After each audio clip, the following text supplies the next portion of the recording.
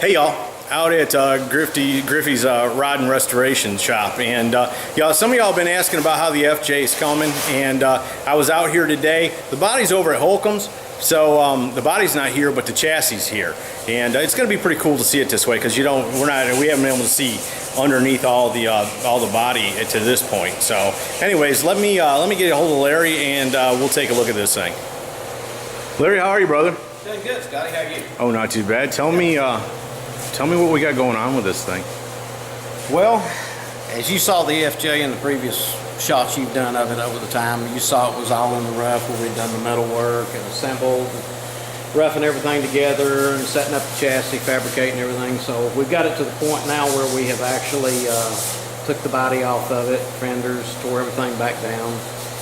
We've actually had the frame completely disassembled, sandblasted the frame, powder coated the frame, all the components on it, detailed and painted all the engine components, and are reassembling it now for the final time, putting the brake lines on, hydraulic lines, all of that type of stuff, drive shafts in it, and we're just going back together now for the last time. Okay. And, yeah, I was just at Holcomb's a week or so ago, and you got it out there getting the top put on it. yeah, the top's being made, and when it gets through at Steve's, we took it to Steve's in bare aluminum before we do any body work or paint to it, and that way, because this top, we all had to put our heads together to figure out how we were going to make it look like what we wanted, how it was going to fit, and how it was going to stay on. Right. So, anticipating we might need to do some type of welding to it, we decided maybe we better take it to him in bare aluminum, and that way, if we need to make any modifications in order to facilitate him being able to install the top the way he wants to, then we can bring it back down here, do that welding right quick, change something, take it back to him. Once it leaves Steve's, the top will be made for it, but all that top is completely removable. Right. Everything comes off.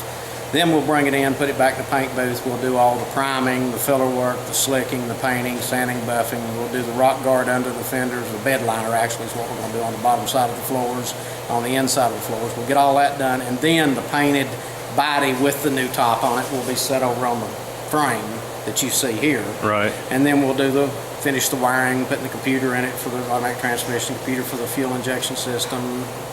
It has heat and air on it, electric wipers, all the amenities that will be on it, we'll put in it at that point.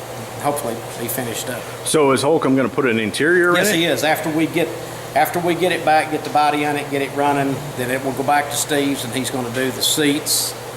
We are going to make carpets for it that snap in with convertible top snaps, to where you get ready to go off-road with it, you just reach in there and then snap all your carpets, take them out, go Right. off-road, do your thing, come back, take a pressure washer, wash it out, let it dry out, put your carpets back in. Now, will that be rubber up underneath there, or is that going to No, be? it's going to be bedliner material. Oh, okay. Yeah, that'd be cool. And then on both sides of the floor, top side as well as the bottom side. And what that's going to do is make an easy finish to clean that you can pressure wash, but also the bed liner is a sound deadening material that it adds thickness. If you've ever pecked on a sprayed bed liner, Right. it's very thumpy sounding, so Right. it will give us a certain amount of padding and insulation without having to worry about putting some type of pad, and then when you wash it out, your pad's wet. Right. We'll have a little pad on the carpet itself, so made to the back of the carpet. Right. But all that will come out before you go off-road. I got you. Very cool. Well, let's walk around this chassis, and I guess this is what you call a rolling chassis. Yep. Back up on wheels and tires, a rolling chassis. Of course, all of these components here are the Fox off-road racing shocks, and this all mounts when the fender aprons go on. These residuals mount up inside the fender aprons. Okay. Like that. All right. And then these units that you see on the front here, and these hydraulic rams are actually a hydraulic ram system that you will be able to flip a button, and you can see here very clearly the way this works. As this hydraulic ram goes up, it drops your pivot point on the shocks 4 inches. All right. When it does that, that lifts the entire vehicle 4 inches for off-road. Oh, okay. Then when you get through going off-road, you'll flip your buttons, the hydraulics will go back down, and the pivot point goes back to its original position. What it does, it enables you to be able to raise it 4 inches, but you do not change the characteristics of the shocks, springs, or anything else. It'll ride just like it rides, only it's 4 inches higher. Now, is it 4 inches one way or another, or can you is it anywhere in between that? No, it'll be up or down. Okay. Okay, It'll cool. go up 4 inches, and and back down bottom. And it has a ram, a pump. He doesn't have it set on here yet. This is a air pump for it. And what that does, we also made this frame rail is an air tank. Right, I remember that, yeah. And as you'll see here, we got quick disconnect couplings on here, so you can uncool, open your lid, take your air hose out, reach under here and snap it on there, and air your tires back up after you, because you always let them down to go off-road to like 5 pounds or something like that. And then when you come out of the woods, you don't have to drive 5 or 10 miles back to some place to get air. You can air it up right there. Right. Plus, this also serves as a storage facility because it's got air locker, Dynatrack front rear differentials in it. Right. And the differentials have air lockers on it, so they have to have air. Right. And, but that's what this little air pump right here does, but there's a hydraulic pump that mounts right here. I got you. And it's sitting around here somewhere, but that's what, it's a full hydraulic system, just like the old cars used to use when you jump them up and jump them back down. Right. That was a hydraulic system. That's what this whole Rams is right here. I got you. But all it is doing is changing the mounting point of the shock. It's not, that's not controlling how it rides. It's only moving the mount points. I got you, I understand. So, how much air will this rail hold?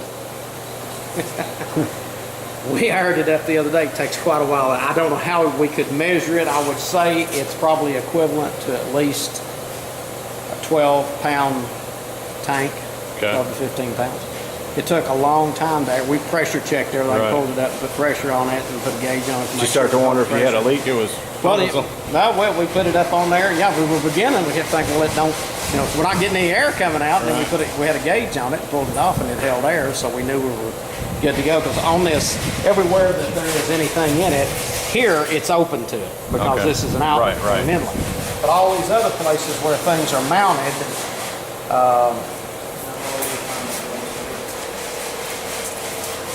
okay, as an example here, all these mounts are tubes welded in. I see.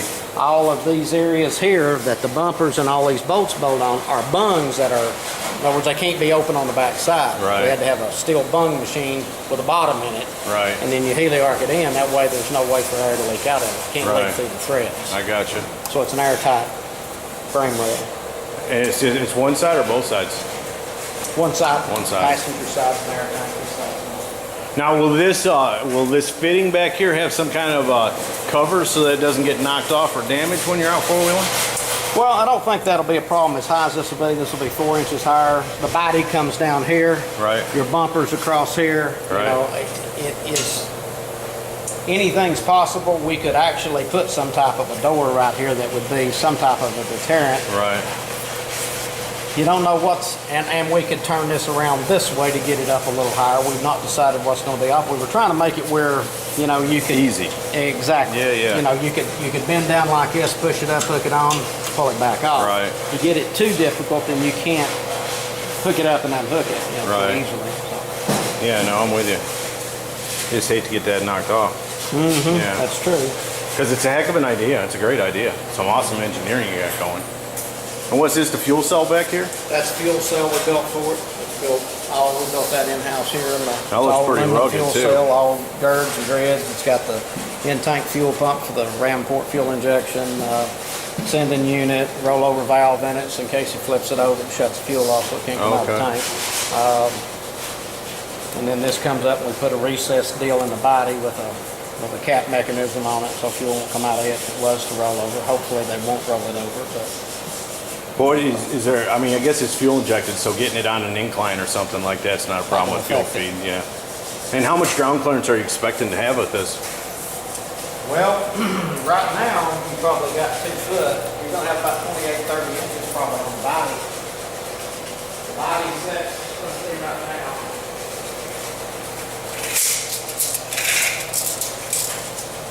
Right now, you got about 27 inches of body clearance. I had 4 of that. You'll have about 31 inches to the running boards. Cool. That should be plenty.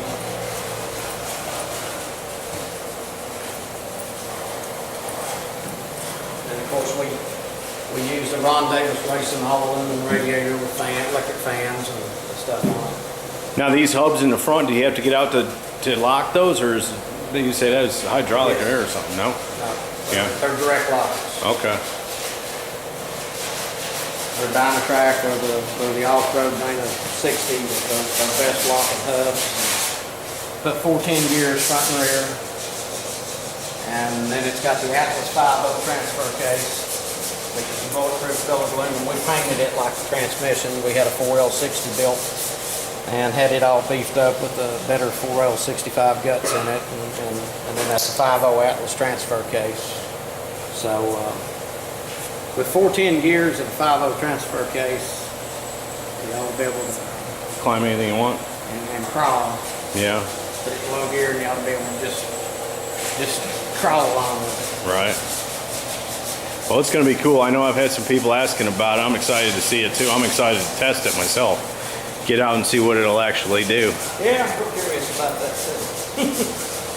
And how much horsepower do you think that motor's going to put out? That motor puts out 350 horsepower with 400 foot-pounds of torque. That's a ram port. That's actually a motor used for boat applications. Oh, It's a brand new Chevrolet crate motor designed for boat applications, so it's a high torque as well as high horsepower. I got you. Factory, it's cast iron heads, but it's factory aluminum rolled rocker arms. Does it sound good if you started? Haven't had it fired. It's a brand No. new crate motor with no fire to it. Wow. So, but it's like I say, it's 350 cubic inch, 350 horse with 400 foot-pounds of torque. Right. Which is a lot more torque than most Sure. 50 cubic inch Chevrolet. Yeah, sure. So, and it'll need that torque with this weight and that sort of stuff. Yeah. And no, we don't know. I know what your Yeah. next question is going to be. Just Have we cross weighed one. it? Yeah. No, we haven't weighed it yet. We've got a lot of aluminum stuff on it. The body is all aluminum, so that's going to help a lot. Unfortunately, everything on the chassis suspension, you know, or most of the stuff on that, of course, is quarter-inch DOM tubing and steel, and it's heavy. It's rugged. It's rugged. Yeah. It's built to be hopefully bulletproof. We used a ballistic fabrication of all the joints, had all the good stuff, and hopefully have built this to where he can take it out and four-wheel it, and he can get back in it and drive it home. Right. And not have it broke, and drive it to the grocery store the next Yeah. day if his wife so chooses to. Right. Yeah, no.